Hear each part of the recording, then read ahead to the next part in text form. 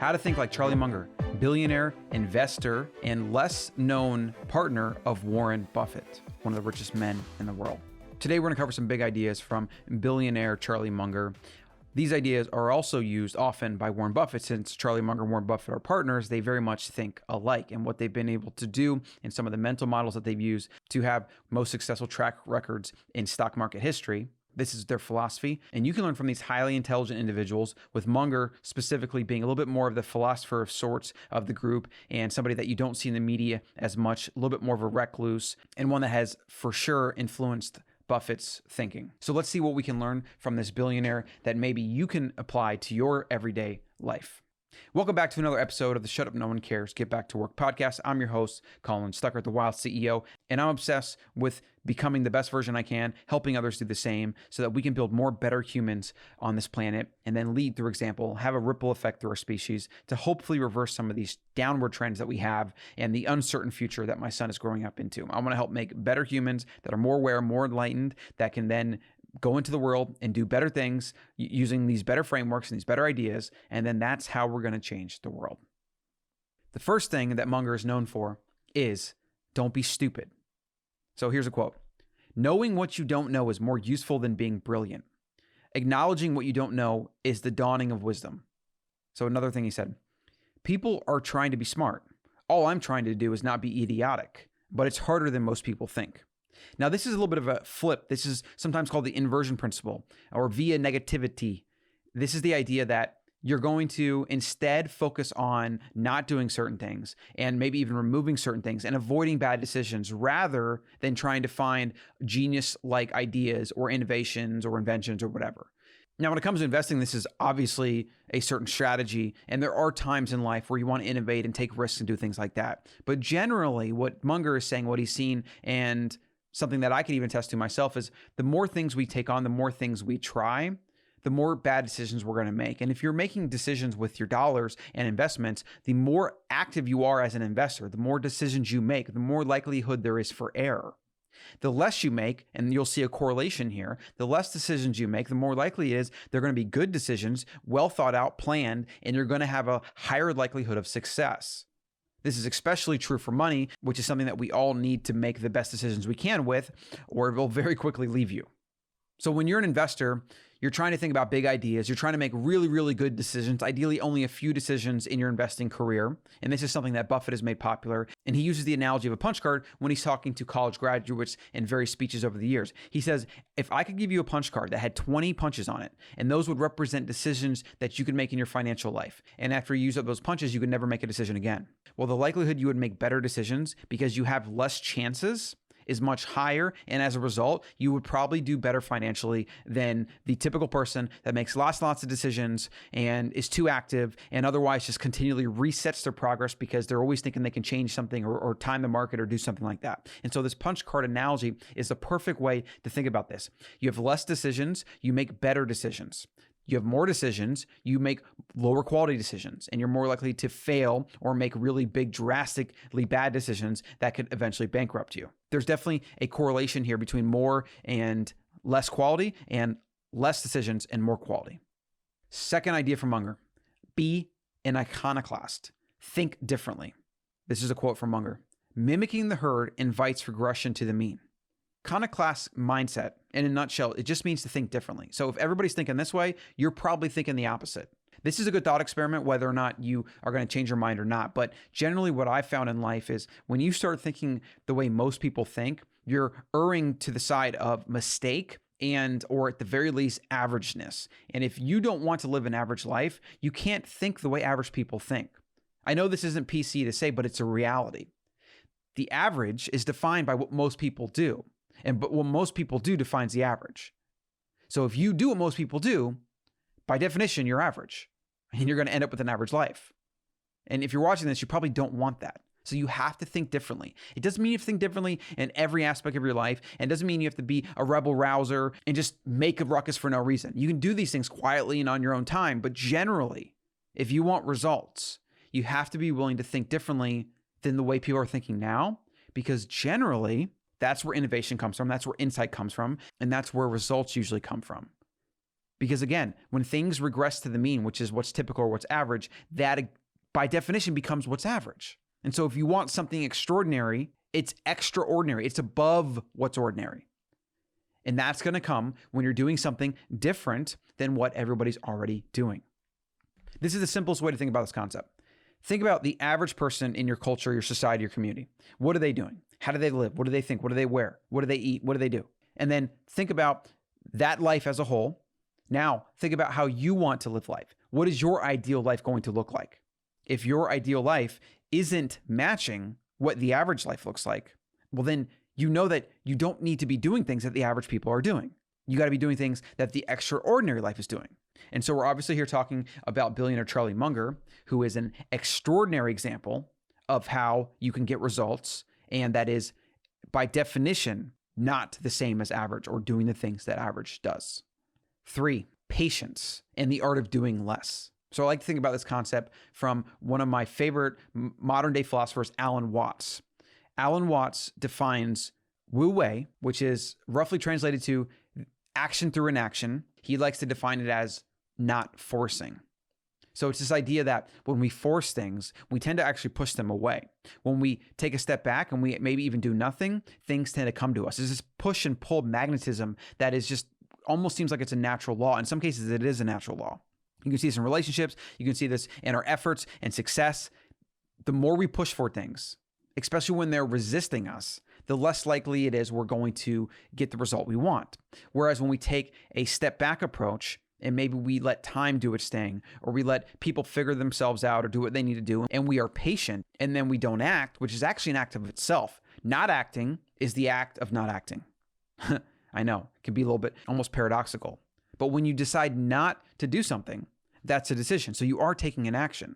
And a lot of results in life can come from just not forcing, not doing something, letting time take its course, letting things figure themselves out. Because what you'll do is you'll get more information. And a lot of times, as Seneca said, the truth kind of comes out the more time you give it. So the more patient you are, the more you get data that's real, rather than getting sucked up into things that might seem like they're going to last or might seem like it's the truth or whatever. And then a lot of times they're just ephemeral and then they just end up passing. Whereas if you would have taken action, you would have tried to force things, you wouldn't have let certain things happen the way they were going to happen, you end up a lot of times making it worse. This is a quote from Charlie. Sit on your ass, you're paying less to brokers, you're listening to less nonsense, and it works. The tax system gives you an extra 1, 2, or 3 percentage points per annum. So he's obviously talking about investing in money and how the more active you are, the more things you do, the more time you invest, the more likely you're going to spend money, make bad decisions, and waste time. So the final way to think like Charlie Munger in this video, change your mind. This is from Charlie. We are all learning, modifying, and destroying ideas all the time. Rapid destruction of your ideas when the time is right is one of the most valuable qualities you can acquire. You must force yourself to consider arguments on the other side. So the ability to change your mind in the world today that is so complex and fast moving and ever changing is going to be a superpower. It's how you get on top of the wave and you surf change. If you try to resist change, just like the surfer that tries to resist Mother Nature and paddle out and surf a wave that doesn't want to be surfed or fight the current, who do you think is going to win? It's always going to be the ocean. It's always going to be Mother Nature.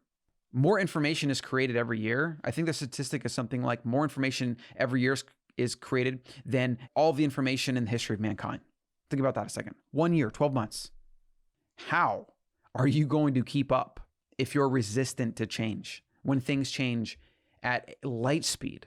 The willingness to let go of dogma, to open your mind, to change it, and to admit, even if it's just to yourself, to admit when you were wrong or admit when you need to add or refine your ideas. That is the key to success in the world today, the fast-paced, ever-changing, complex, information-rich world that we live in. And if you don't change your mind, if you're more stuck in dogma, you're going to suffer. There is no way around this concept. This is one of those first principles of life. The more open you are to changing your mind in an environment where things change, the better you're going to be. It seems obvious, but humans have a very hard time changing our minds. There's some biological reasons for this that we can thank our ancestors for when we used to live in the wild. But today, we live in an information-rich society that's always connected in screens and all these things. And information comes at us from all angles very fast, and things change on a daily basis. And what we have to do is we have to build habits that push back our rigid mindsets, and we have to resist the dogma that comes naturally to our species. You see, dogma kept our ancestors alive. If they were paranoid in the wild, if they developed certain belief systems, it kept our species safe. The wild could be unpredictable, and generally, the more careful you were and the more you could build certain ideas that kind of kept you in a certain pattern of thought and habit, the more likely you were to survive and pass on your genes to the next generation. In the world today, though, that's relatively safe from a physical perspective. Well, we have this complexity of information and connectedness that our ancestors never had to face. And so we have to build different models, and we have to become aware, and we have to fight the dogmas that creep up into our mind that we cling to because we like to know what's going to happen. We like to try to simplify things because we think it's going to keep us safe. But the reality is safety today is your willingness to change. Safety in an ever-changing environment is defined by change, and accepting change and using that as fuel for innovation to continually level up your life and get better at playing the game we're now all playing. So these are some big ideas that you can use to think like Charlie Munger and think like a billionaire that will hopefully level up your life. I hope you got some value out of these, but more importantly, I hope you take some action with something or multiple things that you learned today, or that might have been a reminder that you need to focus on. A lot of times we just need reminders and nudges. It's not often that there's completely new ideas that come into your mind. Sometimes they do, but most of the time it's just a reminder. And so let this video and something in here that maybe you've heard before, let it serve as a reminder of what you know you need to now do. Now let's get to the Daily Six, which is part of the Shut Up podcast, and then I will let you get back to your day. I got 2 quotes for today. If you don't know where you are going, you'll end up somewhere else.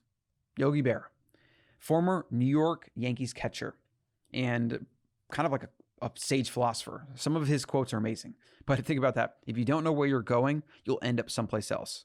It's funny. It's ironic. It's funny. I love it. Here's another quote. Every minute you spend in planning saves 10 minutes in execution. This gives you a 1,000% return on energy. And that's Brian Tracy. This is something that I've struggled with over the years. I like to just get in and do. But when I do that, I usually create complexity that I didn't plan for, and I usually have trouble getting the things I did and putting them into some kind of cohesive system that actually makes sense. So it's a lot of randomness. When you plan and you have a strategy, like today I recorded this, and this is actually going to be 2 potential pieces of content. It's How to Think Like a Billionaire, Charlie Munger. It's also the daily podcast, and I'm going to use them for probably dual purposes, or maybe make it one video and then just add the Daily Six on the end. So it's kind of like a YouTube video, but then it's also a podcast. And these are just ways that when you have strategy, you can repurpose content, you can save time, and you can also do things in a more effective manner, because I'm going to record this video one time and I already recorded 2 different intros and 2 different outros, one for the podcast, one for YouTube. So then I actually have, within this recording period, only spent a couple extra minutes, but because I planned for it, I don't have to come back in the studio and record like a separate podcast or do that on the editing back end. I have 2 different pieces of content that I got done in this 15-minute studio session. And that's the power of planning. I went into this with a title already in mind, with some research and bullets that I wrote out for this topic. That's also going to then end up being an article that's going to go on the website. So it's How to Think Like Charlie Munger. And then I have the podcast, and then I have the YouTube video. That's the power of planning. And if I were to just do this in a random way and kind of slapstick that stuff together afterwards, I would spend so much more time, and it just wouldn't be good. And I've done that in the past. And that's why I try to spend a lot more time now on planning and thinking about things before I do them. Daily book recommendation, scribd.com, SCRIBD.com. It's like Netflix for books and audiobooks. It's amazing. In fact, I now go there before I buy anything on Amazon to make sure it's not in my Scribd account, because if it is, I don't have to buy the book. It's $10 a month. Freaking amazing. Daily question to ponder. What will you think about your life on your deathbed? So what if in 1 year you had a few weeks to live? How would you think about your life? Would you be happy? Would you be satisfied? Would you feel like you lived to your true fullest potential? Or would you have squandered it? This is a question that you should think about every single day. And then do it enough until you rewire your brain. And yes, you should use fear in this instance. You should use fear of not living up to your full potential. You should use fear of not doing the things that are going to get you to the life that you want, because before you know it, you're going to be old or on your deathbed at a young age, and you're not going to have any time left. And that's going to be a tragedy. Daily health tip. Focus on the basics. Real food, movement, getting outside, social, community, purpose, eliminating stress, meditation, mindfulness.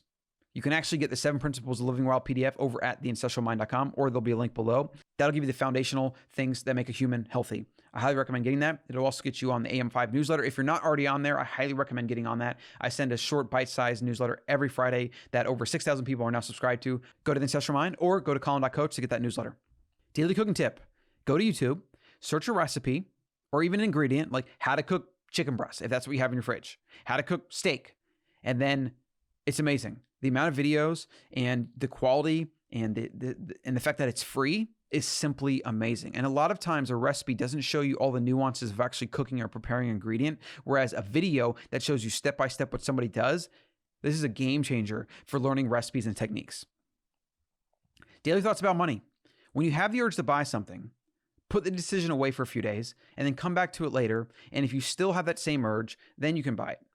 This will keep you from impulse buying and from just wasting your money in general. Avoid things that you don't really need and that you can go without, and you're going to be more financially free. You're also going to have just more awareness of yourself and not invest in a lot of the consumer, and also not engage in a lot of the bad consumer behavior where you're buying things to try to feel good. That's just a bottomless pit that you'll never crawl out of unless you become aware of it in the first place.